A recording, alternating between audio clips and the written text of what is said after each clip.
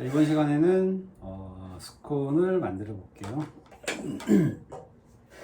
자, 스콘도 지금 저희가 이제 하고 있는 게 이제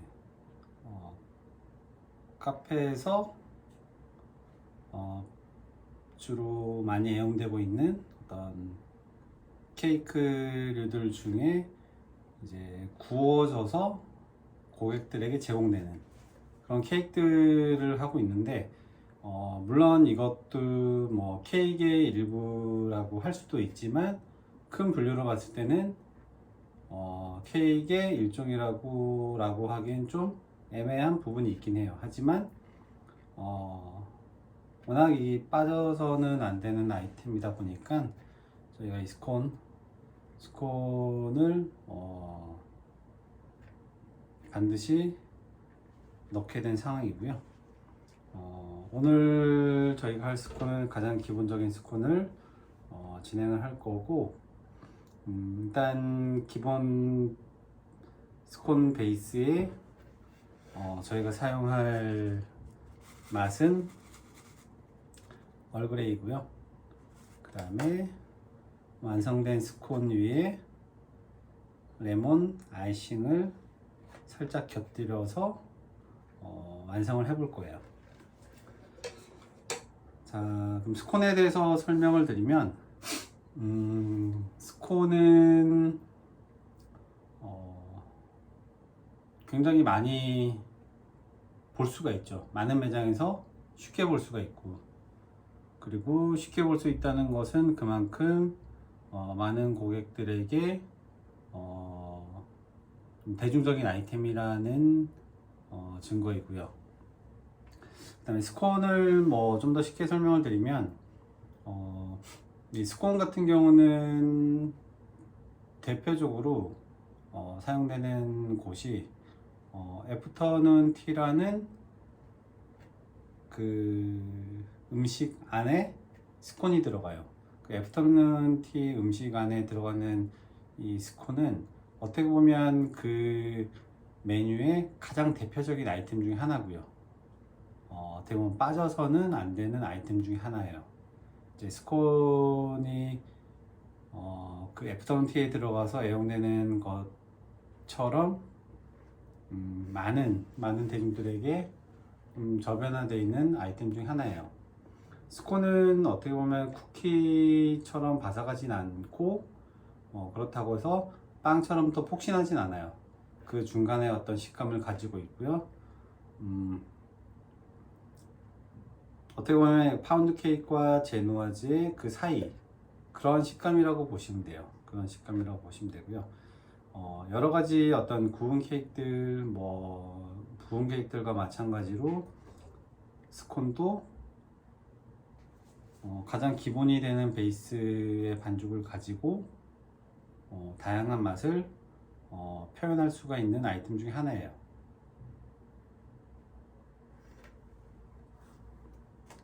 기본이 되는 재료로는 이제 버터, 가장 중요한 재료 중에 하나죠. 버터가 들어갈 거고요. 그 다음에 이제 설탕, 계란, 그리고 밀가루와 팽창제 역할을 해주는 베이킹 파우더. 이 재료들이 가장 기본이 되는 재료이고요. 이 재료 안에 내가 어떤 맛을 표현하고자 하는 어떤 목표에 따라서 이런 티 계열의 맛이 들어갈 수도 있고요. 아니면 요즘 많이 유행하는 것들이 있죠. 뭐 대파, 그 다음에 뭐 무화과, 초코, 레몬, 뭐 카라멜, 이런 식으로 이제 다양한 기본 베이스를 가지고 다양한 맛으로 응용하는 가장 대표적인 아이템 중에 하나예요. 스콘만 판매하는 전문 매장이 있고, 또 일반 소위 얘기하는 뭐 케이크, 베이커리, 카페, 커피를 함께 판매하는 카페에도 가면은 항상 이 스콘이라는 아이템들이 있어요. 그 중에 이제 좀 많이 대중들에게 좀 많이 편안하게 좀 더 대중적으로 이용되는 맛은 레몬과 얼그레이, 그 다음에 이제 소금이 약간 들어가는 어떤 기본적인 스콘이 가장 많이 이용되고요. 스콘은 먹는 방법은 다양해요. 물론 이제 디저트라는 제품이 커피와 함께 가장 많이 먹는 대표적인 아이템이기도 하지만 이 스콘 같은 경우는 저희 나라 사람들 같은 경우는 딸기잼, 딸기잼이나 블루베리 잼 등 이런 달콤한 잼에 많이 이렇게 곁들여 먹기도 하고요. 아니면 앙버터라는 빵이 유명하죠. 앙버터라는 빵이 한때 굉장한 유행을 했었었는데 마찬가지예요. 스콘도 앙버터처럼 만들어서 또 판매를 하기도 하고요. 하지만 서두에 얘기했듯이 애프터눈 티라는 영국에서 좀 유래를 한 저희 나라에서도 지금 많이 유행하고 있는 애프터눈 티라는 메뉴 안에서도 스콘이 들어간다고 말씀드렸었는데, 이제 그 애프터눈 티 안에 들어가는 스콘은 반드시 따라가야 하는 어떤 재료가 있어요. 스콘은 딸기잼과 버터에 발라 먹기도 하지만 클로디트 크림이라고 하는 크림이 반드시 들어가야 돼요. 애프터눈 티에는 반드시 들어가게 되는데, 그 클로디트 크림 같은 경우는 쉽게 말씀드리면 우유를 졸인 크림이에요. 약간 마스카포네 치즈 같은 느낌? 그런 느낌의 크림이 반드시 스콘과 곁들여져야 해요.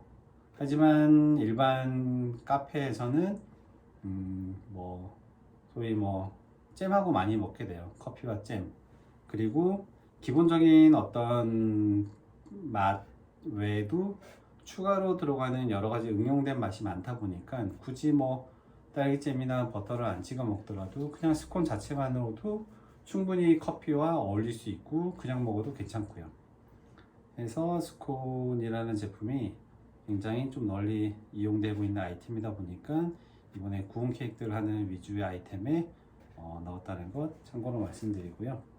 자, 버터 준비가 됐는데, 만드는 어떤 재료와 과정을 간단하게 설명드리면, 좀 전에 말씀드렸다시피 버터와 계란, 설탕, 약간의 소금, 그리고 밀가루, 중력분이죠. 중력분, 요즘에는 박력분도 많이 섞어서 사용하기도 해요. 원래는 이제 쿠키라고 하면 일반적으로 박력분을 쓰게 되는데, 요즘 르벤 쿠키 이런 쿠키 나오듯이 바삭한 쿠키가 아닌 약간 좀 묵직한 느낌의 쿠키를 만들기 위해서 박력분과 또 중력분을 섞어서 사용하거나 아니면 중력분만 사용하는 쿠키 아이템들도 굉장히 많아요.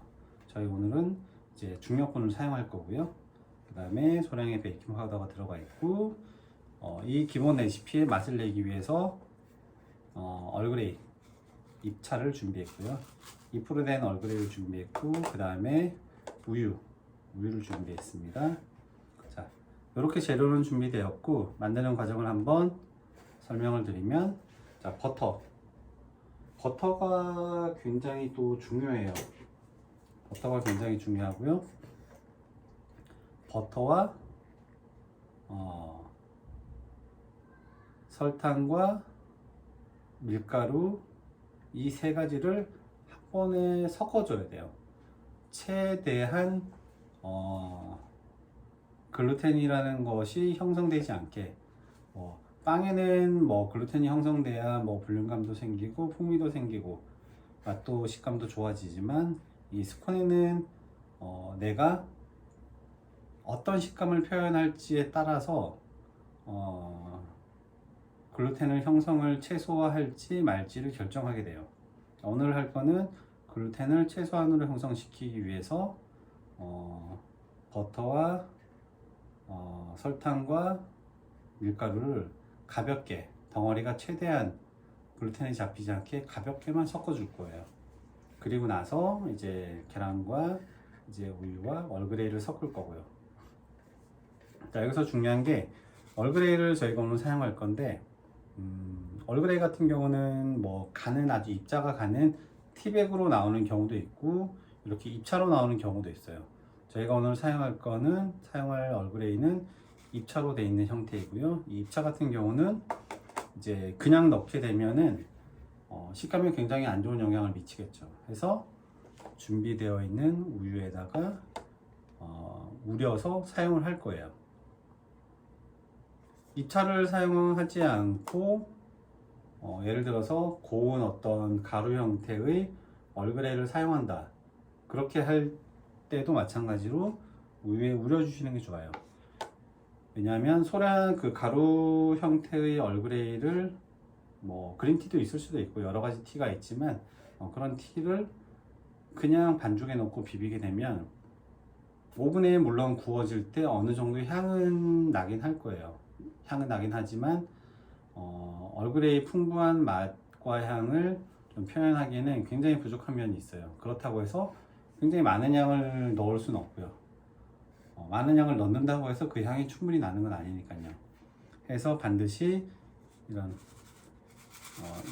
티 계열의 어떤 맛과 향을 내고 싶으시면 이렇게 한번 우려주시는 게 좋아요. 우려주시는 게 좋고, 가루 형태로 가면 이 우리는 것 외에 추가로 가루를 일부 또 반죽에 넣으셔도 돼요. 그렇게 준비를 해주시면 되고요. 자,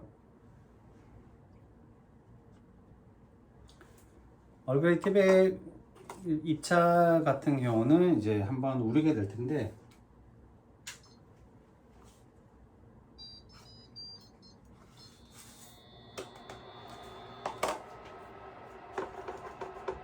우릴 때는 이렇게 뜨거운 액체에 우려야 충분히 그 티백의 맛과 향이 우러나는데,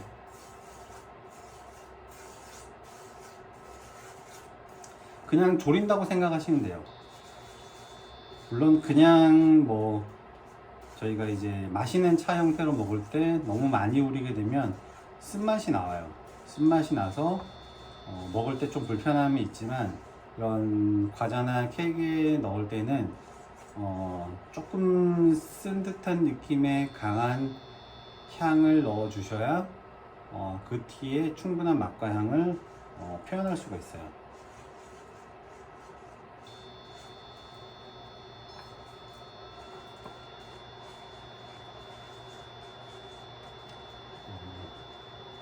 좀 더 작업을 쉽게 하실 거면 그냥 뭐 가루 형태로 된 티백을 사용하시는 게 가장 편하긴 해요.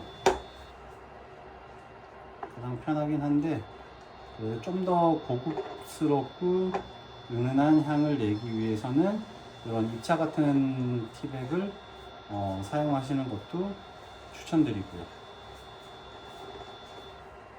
이렇게 진한 형태의 티가 우러날 정도로 충분하게 우려주시는 게 좋아요.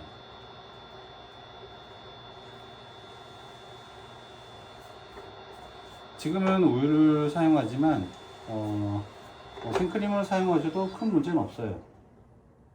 하지만 이제 생크림을 사용하실 때 좀 단점이 좀 빨리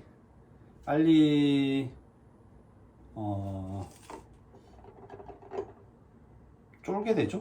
쫀다는 게 이제 너무 이런 액체가 없는 상태가 될 수도 있어요.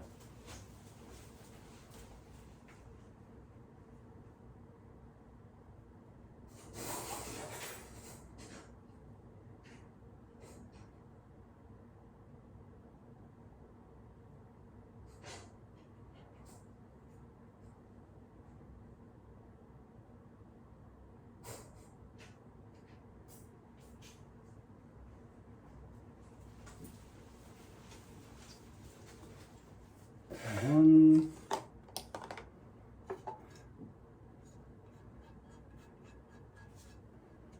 덩어리가 들어가지 않게 충분하게 채 걸러 주셔야 되고요.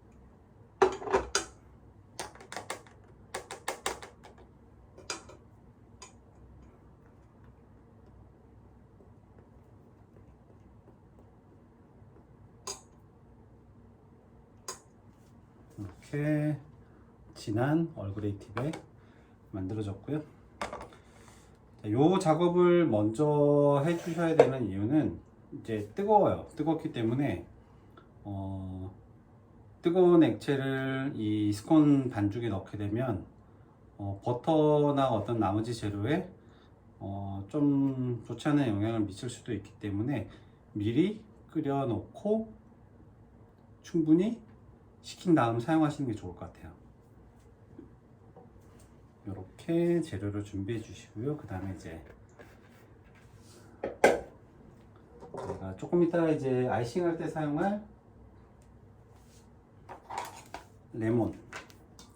레몬을 준비를 할 텐데, 자, 레몬은 겉에 있는 껍질만 사용할 거예요. 겉에 있는 껍질만 사용할 거고요.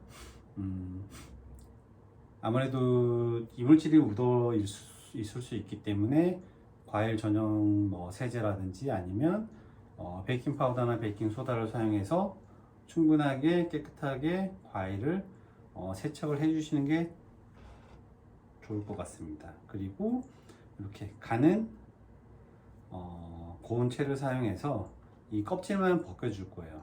껍질만 벗겨주는데 껍질을 벗기다 보면 이제 하얀색 부분이 있어요. 레몬 그 껍질 안쪽에는, 노란색 kop질 안쪽에는 하얀 부분이 있는데, 하얀 부분은 쓴맛이 많이 나기 때문에 껍질을 벗길 때 하얀 부분 전에 노란 부분만 껍질을 갈아서 사용하시는 게 좋아요. 하얀 껍질이 들어가면 굉장히 쓴맛이 납니다. 그래서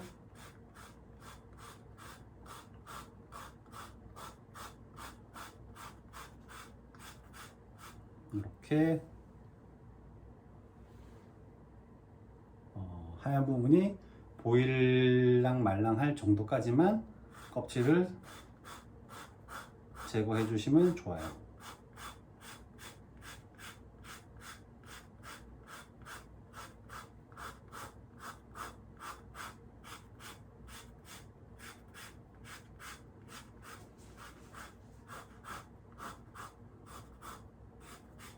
이렇게 껍질을 다 제거를 해 주시고요.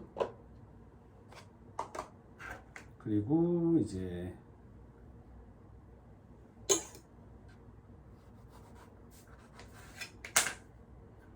레몬즙을 준비해 주시면 돼요.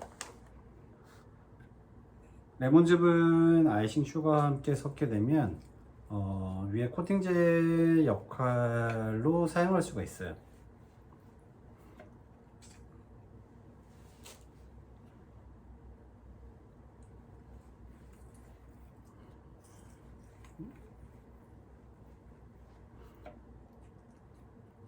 이렇게 해서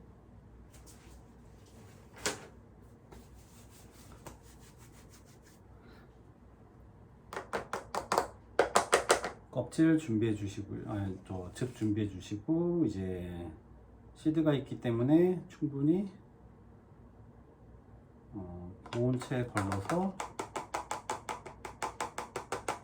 시드를 제거를 해 주시고 재료를 준비해 주시면 될 것 같습니다.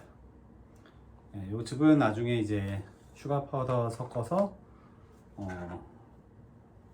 아이싱 슈가를 만들어 줄 거예요. 이렇게 재료가 준비가 되었고요. 자, 이제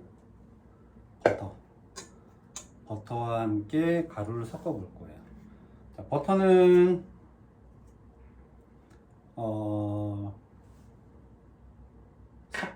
섞을 수 있을 정도의 약간의 포마드 상태, 버터는 좋고요. 20도 초반 정도에 형성해 주시면 좋을 것 같아요. 2도, 3도, 4도 정도, 이제 저희가 가볍게 비빌 수 있는 정도의 포마드 상태, 온도까지 준비를 해 주셔야 골고루 비빌 수가 있어요. 너무 단단한 버터를 섞게 되면은 그 단단한 버터가 가루와 채 섞이기도 전에 덩어리가, 잘 자란 덩어리들이 안 풀릴 수가 있어요.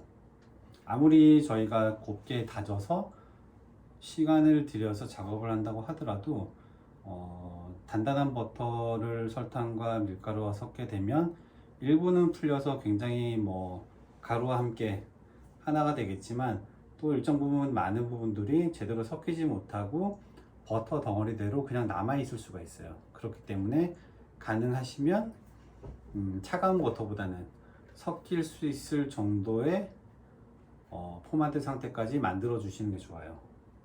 해서 첫 번째로 설탕과 소금인데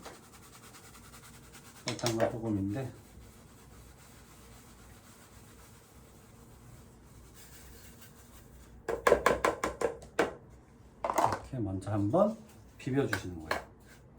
이렇게 보시면 이렇게 쉽게 버터가 물러지죠. 하지만 여기서 작업성을 좀 더 쉽게 하면 더 녹이면 되지 않아? 해서 버터를 막 너무 부드럽게 묽게 녹여버리면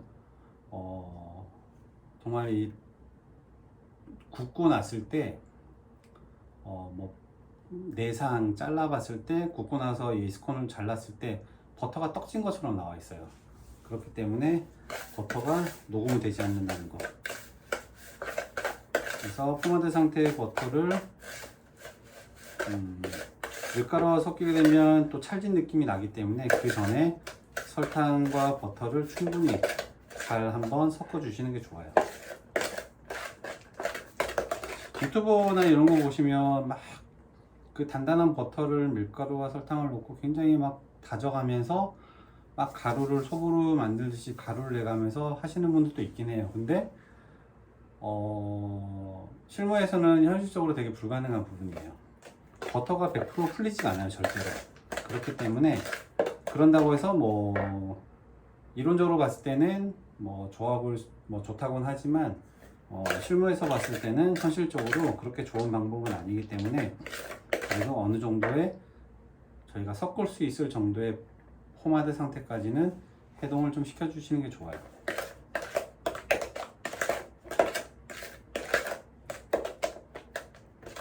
이렇게 설탕과 버터가 섞여지고요.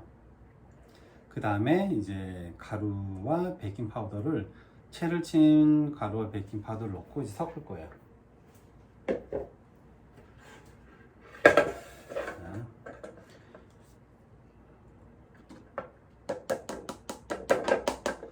베이킹 파우더 같은 경우는 굉장히 소량이 들어가요. 소량이 들어가기 때문에 채를 치기 전 아니면 고온 채에 내리고 나서 반드시 한번 휘퍼를 사용해서 섞어 주시는 게 좋아요. 왜냐하면 베이킹 파우더는 소량이고 한 군데 몰려 있을 수가 있어요. 한 군데 몰려 있게 되면 버터와 섞었을 때 한 군데 몰려서 골고루 분산이 안 될 수도 있어요. 그래서 밀가루를 채 내리기 전이나 뭐 내린 후에나 한번 골고루 섞어서 이 밀가루 안에 충분히 분포가 되게끔 해서 나머지 버터와 섞어야 안정된 제품이 나와요.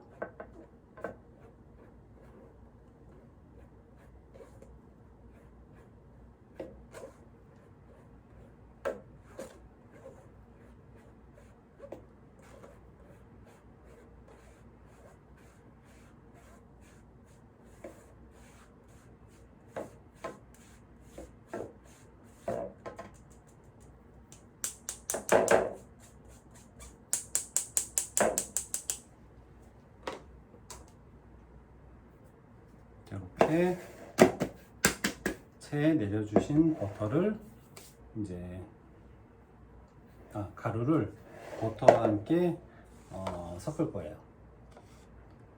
이제 얼그레이 같은 경우, 그 다음에 계란 같은 경우 같이 섞으셔도 되지만 좀 나중에 섞어 주시는 게 좋아요. 왜냐하면 묽어질 수 있어요. 버터가 이제 묽어질 수 있기 때문에 나중에 섞어 주시는 것을 좀 추천드릴게요.